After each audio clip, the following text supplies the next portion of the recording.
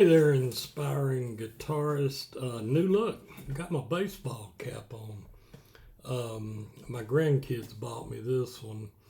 So why do I have a baseball cap on um, and talking about guitars?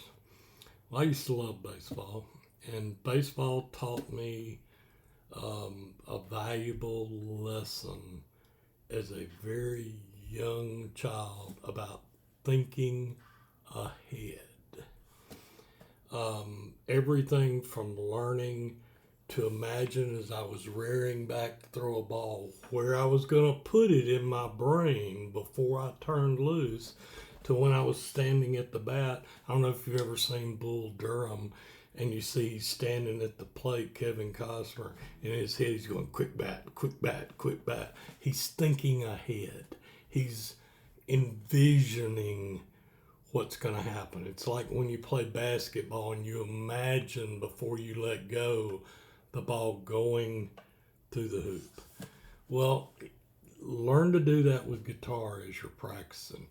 If you're playing a bunch of chords and you're playing a C chord, and let's say you're going to move to a bar G, think in your head while you're playing it. You're already anchored. You're already here. Keep the timing in your head and then envision where your fingers are going to land. I know I'm going to the third fret and I can actually see all my fingers and I'm making the shape before I ever even get there in my head. So see, boom. And so that's what baseball has to do with guitar. Think ahead. You're learning a riff. It's like when I broke down Aqualung at 3 a.m. in the morning. I told y'all when I first started, I kept missing a note. So I had to think in my head. I just want to get to here, to this fret, and I did. And think ahead when you can. Now, sometimes if you're a beginner and you haven't gotten timing down, and that's the reason I always tell you rhythm is everything. And it's like I said, you got to keep going. You got to keep the beat going. You can work on a chord change, but if you're playing a song, even if you got a muffle, keep it going. 1 and 2 and 3 and 4 and 1, 2, 3, 4. 1, 2, 3, 4. Even if you got a muffle, learn the rhythm. That way the rhythm's down. But once you break the rhythm, you've broken, you got to get it back. Think ahead when you can. And sometimes you got to break things down to do that. Quick bat, quick bat, quick bat. Think about where that ball's going to go. Think about where this C chord is going to land. Boom. In advance. When you can. But start trying to think that way. You want to arpeggio a note. You want to drop your pinky down on something. Well, if you're playing and you're comfortable while you're practicing, think about putting that pinky down. But don't just think about landing. Think about that pinky hitting where you want it to go and even lifting up. But you think about the exact spot you want it to hit when you can. Some of these tips we give out, you're like, I can't do that. And you possibly can't. But you can try. That's what practicing is about.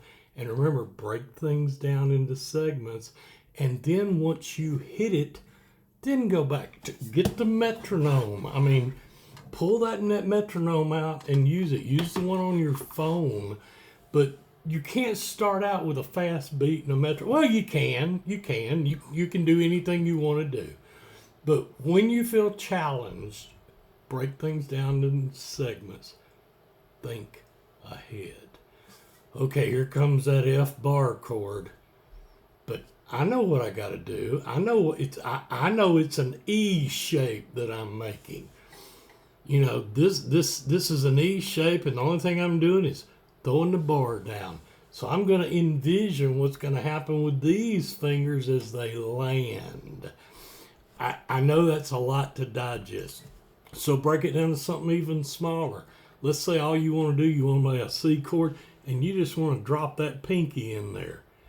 Envision you doing it. Envision, and you might even start strumming, and you're like, I'm not ready. But calm down, and boom. You messed up. That's okay. Go back. Even if you got to go through 3 or 4 bars of strumming, calm down. Envision you doing it. And then as you start to do it, don't lose the vision. That's something, one of the things they used to teach us, I'm going to turn my guitar into a baseball bat. But one of the things they used to teach us was, and we had a guy, Ted Williams, if you're old school like me. Now, Ted was an older guy when I was a kid, but he was a great baseball player. And they say that anytime they took a picture of him swinging, that his eyes were looking at the ball hit the bat. Now, I got to tell you something. I was pretty darn good in baseball, just like my sons were.